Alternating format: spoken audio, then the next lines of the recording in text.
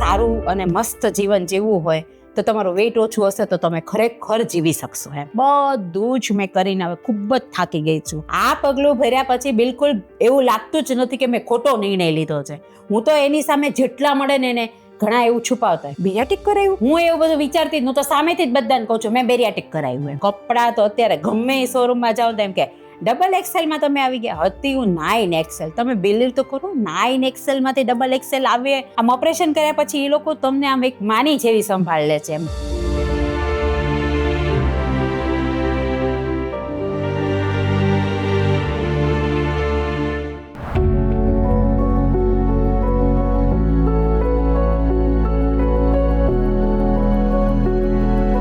મારી ડિલિવરી વખતે મારું 115.8 વજન હતું. પછી તો કોઈ દિવસ આમ આટલું બાઉન્સ થતું જ નહોતું. પછી બાઉન્સ થવા માંડ્યું તો મોનોપોઝમાં આવી. થોડા ઘરમાં એવું થવા માંડ્યું કે સાસુ ઓફ થઈ ગયા, ઘરમાં જવાબદારી વધી ગઈ, દીકરાનું ટેન્શન આવ્યું, આમ થોડું હેલ્થનું ટેન્શન આવ્યું. તો ત્યારે આમ એ બધા ટેન્શનમાં ને એ બધા ઓલામાં જ તે મને મારું બાઉન્સ થયું 133 હું પહોંચી ગઈ. 133 થી 133.8 મારું આ ઓપરેટિંગ થયું. જ્યારે મારું વજન વધતું જ ગયું પછી મને એક વખત એવો ખ્યાલ આવ્યો કે મારું BMI અત્યારે 55 થઈ ગયું હતું. તો BMI આટલું બધું વધી ગયું તો મને એમ થયું કે મારી ખૂબ જ તકલીફવાળી જર્ની થઈ ગઈ. નાની એવી ખાલી એક રૂમમાંથી બીજા રૂમમાં ટ્રાન્સફર થાવ તો પણ બી મને એમ લાગતું હતું કે મને આમ શ્વાસ ચડે છે એમ. અને જ્યારે આ વજન વધારે હતું ત્યારે કપડાં ન મળે, તમે કોઈ જગ્યાએ રિક્ષામાં જવું હોય, બસમાં જવું હોય, સૂવામાં આખી રાત સૂવામાં તકલીફ, શ્વાસ ચડવો, આમ બીપી હાઈ રહેવું, આમ એમ થાય કે આમ કોઈ વસ્તુ કરાવતો ને એમ થાય કે આ બધી વસ્તુ બિલીવ ન કરે કે એવા ફેસમાંથી આપણે પાસ થયા છીએ. ત્યારે આ પહેરીશ તો આ આઉટફિટ આમ લાગશે, ઓલામાં આમ લાગશે, આમ એવું થયા કરતું હતું. અને આમ મોઢું આમ ને આમ એમ થતું હતું કે આમ રસ્તા પૂછી ઘણી વાર ક્યાંકથી બહાર જઈને આવું તો મારા મિસ્ટર આગળ રોવા માંડતી. અને વારે ઘડી બહુ આમ કહેવાય ને કે બહુ ખરાબ જ વિચાર આવતા હતા કે હું હવે જીવીશ નહીં કે સમથિંગ. મને એવું જ બધું થયા કરતું હતું. થઈ જાય, કદાચ આપણા કર્મમાં હશે તો આપણે ભોગવતા હશું એમ. એ એની રીતે બહુ સ્પિરિચ્યુઅલ માઇન્ડ વાળા છે એટલે એ એની રીતે મને બહુ સરસ સપોર્ટ આપતા. ઘણીવાર આપણે સ્કૂટર ચલાવતા હોઈએ ને તો એવું લાગે કે રિક્ષામાં કોઈ જતું હોય ને તોય આપણી સામું જોઈને હસતું હોય. કોઈક વાર આપણે ખાઈએ પીએ તો પણ બી હશે. અને એમ જ લાગે કે જાણે આ બેન આટલા બધા હેલ્ધી છે તો કેટલું બધું ખાઈ લેતા હશે, પી લેતા, આ તો શું કામ કરી શકતા હશે, આ શું નહીં કરી શકતા. એટલે ઘણા બધા મને આમ કહેવાય ને કે આજે કોઈ પેરેન્ટ્સ ટીચર મિટિંગમાં હું ગઈ હોઉં તો ત્યાં જતી ને તોય મને મારા સનને હિસાબે મને આમ ગિલ્ટી ફીલ થતું કે ભાઈ હું આજે આટલી યંગ છું તોય છતાંય આમ યંગ નથી લાગતી. કારણ કે મારું વેઇટ આટલું બધું વધી ગયું. એટલે મારા કોઈ પણ આઉટફિટ્સ છે કે એ બધું કોઈ દુકાને જઈએ ને તો એમ કે તમારી સાઈઝ નથી તમારી સાઈઝ નથી. ત્યારે બહુ ગિલ્ટી ફીલ થાય કે સાલું યાર આપણું જ કેમ આવું થાય છે. બધાના આઉટફિટ્સ મળી જાય ને આપણા ન મળે. ભગવાનની દયાથી બધો ખર્ચો કરી શકીએ એટલી કેપેસિટી પણ કપડાં જ ન મળે.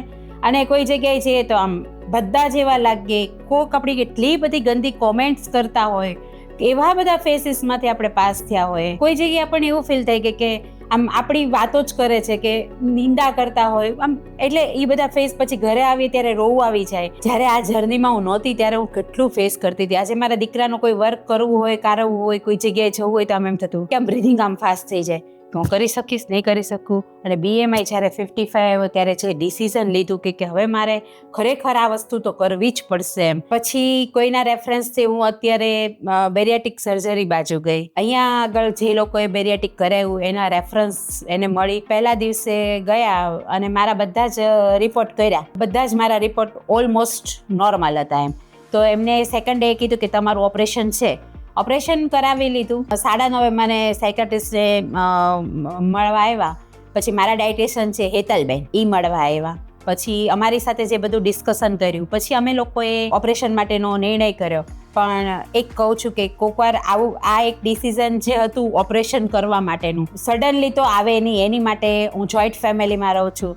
જોઈન્ટ ફેમિલીને બધાને મેં બોલાવ્યા.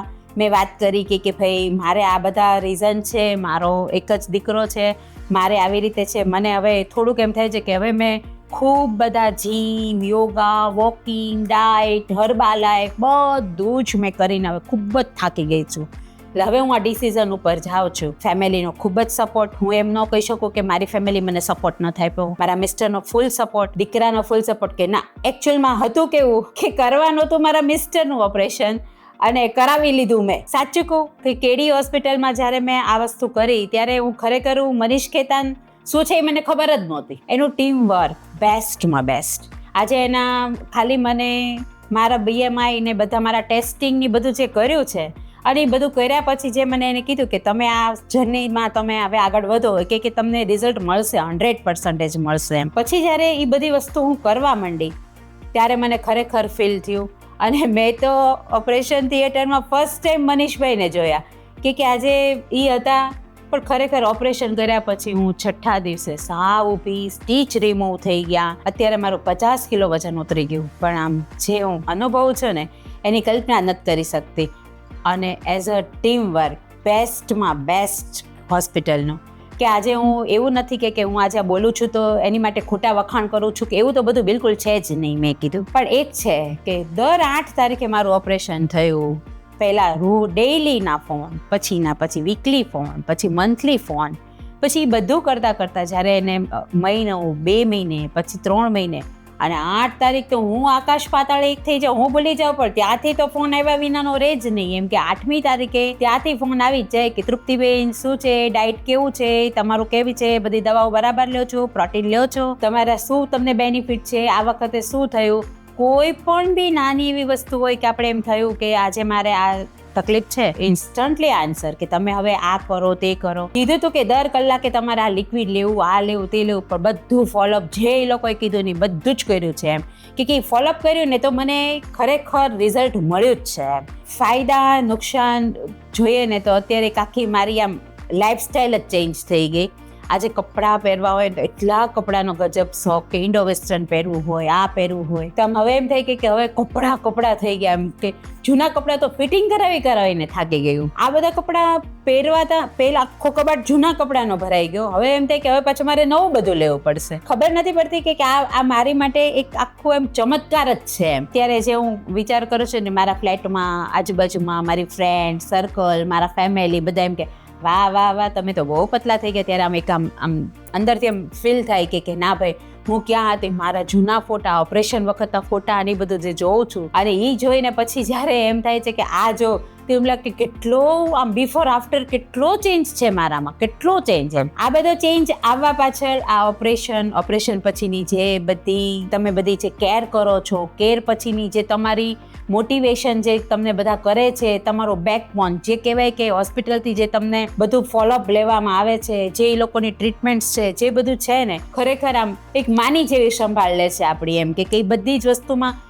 આમ આપણને ઓપરેશન કરીને આપણને મૂકી નથી દેતા કે ઓપરેશન થઈ ગયું હાલો તમે તમારા રસ્તે ને અમે અમારા રસ્તે, એવું બધું કાંઈ છે જ નહીં. આમ ઓપરેશન કર્યા પછી એ લોકો તમને આમ એક માની જેવી સંભાળ લે છે એમ. પણ પછી જ્યારે હું આવીને પછી બધાને ખબર પડવા માંડી કે હું બેરિયાટિક કરીને તો મારા ઘરે આટલા બધા ગેસ્ટ હતા, રોજ રાતના આટલા ગેસ્ટ રહેતા, પણ મને જરાય થાક નહીં. એનો ઉપરથી મારું વર્ક એટલું મસ્ત હું કરતી હતી. અત્યારે તો સાચું કહું ને તો મને એમ થાય કે જ્યારે 27 વર્ષ પહેલાં જ્યારે મારા મેરેજ થયા હતા ને એવી હું અત્યારે ફિલિંગ રાખું છું એમ કે ત્યારે આમ કેવા આપણે યંગ હોઈએ આમ. અત્યારે તો 19 વર્ષનો દીકરો છે પણ દીકરા કરતાં હું નાની લાગુ છું. એટલે ઘણી વાર એમ લાગે કે આ જર્ની કર્યા પછી મને મારા મોજ શોખ, ખાવું પીવું, પછી આમ કૂદાકૂદ કરવી, આમ બધા એમ થાય કે આ કોઈક આવ્યું છે આની માટે આ કરવું, આમ કરવું, આમ એનર્જી જ કંઈક અલગ આવી ગઈ છે એમ. આમ વર્ક કરું અને કેવી મસ્ત ઊંઘ આવી જાય છે. એક જ મારી પાસે મને થાઇરોઇડ કે કોલેસ્ટ્રોલ કે ડાયાબિટીસ કે એવું કાંઈ જ નહોતું. એક ખાલી બીપી હતું, એ પણ બી ખાલી મોનોપોઝને હિસાબે હતું. તો એ જે ખાલી હતું એમાંય તે ખાલી બીપીની અત્યારે હાફ ટેબ્લેટ એ તે લેવી પડે એટલે બીપી કાંઈ નહીં. કેટલા બેનિફિટ મળ્યા આ કર્યા પછી. મને એમ થાય છે કે મારી બીપીની ટેબ્લેટ વહી ગઈ. મને આમ કહું છું ને કે એનર્જી લેવલ આખું કંઈક ચેન્જીસ થઈ ગયું મારું એમ કે હું આમ નાની છોકરી જેવી થઈ ગઈ હોય ને એવું લાગે છે મને. એમ થાય કે બધું જ કામ કરવામાં એટલી સ્ફૂર્તિ, બિંદાસ બધે જવામાં એકદમ સ્ફૂર્તિ. પછી નીચે જે પલોઠીવાળી નહોતી બેસતી શકતી, પલોઠીવાળીને બેસવા માંડી એમ. આપણને એમ વિશ્વાસ જ ન હોય કે આ બધું વર્ક હું કરી શકું છું એમ. અને કામ તો તમે જો એમ થાય કે આમ આ કામ કરું છે લાવ કરી નાખો, આ કામ કરું છે હું કરી નાખું. કે મમ્મી તું થાકતી નથી કે આટલું બધું આમથી આમ કરે છો રોજના. એ લોકો એમ કહે છે કે તમે લોકો વોક કરો કે સમથિંગ આ કરો, રોજના 5000 સ્ટેપ તો હું ઓલરેડી મારા ઘરમાં જ ચાલી જાઉં છું, કે 5000 સ્ટેપ તો રમત થઈ ગઈ મારા માટે, કે 5 કિલોમીટર તો ચાલી જ જાઉં છું. એટલું બધું અંદરથી એક ઉત્સાહ અને એટલી બધી એનર્જેટિક. મને નથી લાગતું કે મારું અત્યારે 25% સ્ટમક થઈ ગયું છે, મને તો એવું લાગે છે મારું સ્ટમક 100% જ છે. એટલે એવું લાગવાનું કારણ એ કે એટલી બધી આજે લાઇન ઓફ ટ્રીટમેન્ટ મને મળી છે અને જે મને બેનિફિટ મળ્યા છે એ હું એક્સપ્લેન તો કેટલા શબ્દમાં કરું મને ખબર જ નથી પડતી. કપડાં તો અત્યારે ગમે એ શોરૂમમાં જાઓ તો એમ કે XXL તમે આવી ગયા. હતી હું 9XL. તમે બિલીવ તો કરો, 9XL માંથી XXL આવે એટલે કોઈ વસ્તુની આખી કલ્પના જ ન થઈ શકે. આજે મારો જૂનો ફોટો ગૂગલમાં કોઈ વાર ફોટા આવતા હોય ને તેમ હોય હું આવી હતી, અને પછી અત્યારનો જે ફોટો હોય એમ થાય કે હું આવી થઈ ગઈ. મારા મિસ્ટર ઘણી વાર ગૂગલના બધા ફોટા બતાવતા ને, આ તૃપ્તિ, આ બાવડા, આ તારું મોઢું, આ બધું એમ જોઈને એમ થતું કે હું આવી હતી. એટલે પછી હવે એકદમ હું જ્યારે જોઉં છું ત્યારે એમ કે વાહ વાહ વાહ, આખો એકદમ મોઢા. મેં કોઈ વસ્તુ નથી કરી એવી કે મેં કોઈ મારા ફેસ પર કરાવ્યું કે મેં કોઈ વસ્તુ, આ બધું ઉતરતું જાય છે. અને આજે લોસ થયો છે એના બેનિફિટ, એટલે ખરેખર બેનિફિટ. કીટીની ગેમ રમતી કારવતી હોય, એમાં જે દોડાદોડી કરવાની હોય, એમનું જે કરવાનું હોય ને, એમ થાય કે વાહ હું જ એમ કંઈક આમ છું એમ. અને બધામાં મોસ્ટલી જીતીને આવું છું. અને હજી તો ઇન્સિસ મારા મિસ્ટરને એટલું કર્યું છે, દીકરાને કર્યું. દીકરો તો હજી ઘણો નાનો છે, પણ મિસ્ટરને તો બહુ ઇન્સિસ કર્યું છે કે ભાઈ આ કરવાનું. હું તો એવું કહું કે ખરેખર લાઈફમાં જો તમારે સારું અને મસ્ત જીવન જીવવું હોય તો તમારું વેઇટ ઓછું હશે તો તમે ખરેખર જીવી શકશો એમ. અને આ વેઇટ ઓછું હોવું અને આ ખરું એ કંઈ આપણા હાથની વાત છે જ નહીં. આ પગલું ભર્યા પછી બિલકુલ એવું લાગતું જ નથી કે મેં ખોટો નિર્ણય લીધો છે. હું તો એની સામે જેટલા મળે ને એને ઘણા એવું છુપાવતા, બેરિયાટિક કરાયું, આમ કરાયું, તેમ કરાયું. હું એવું બધું વિચારતી હું તો સામેથી જ બધાને કહું છું મેં બેરિયાટિક કરાયું એમ. અને હું કહું છું અને હું ખરેખર એ રિઝલ્ટને ખરેખર અનુભવું છું, એટલે હું બધાને કહું છું કે મેં આ કર્યું ને.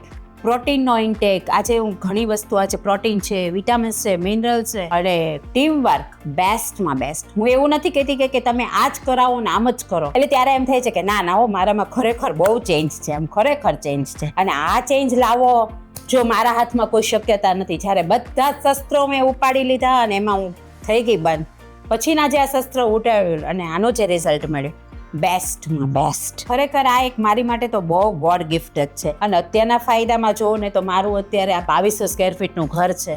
2200 સ્ક્વેર ફીટમાં હું આમથી આમ ફર્યા કરું ફરક ફદુડીની જેમ.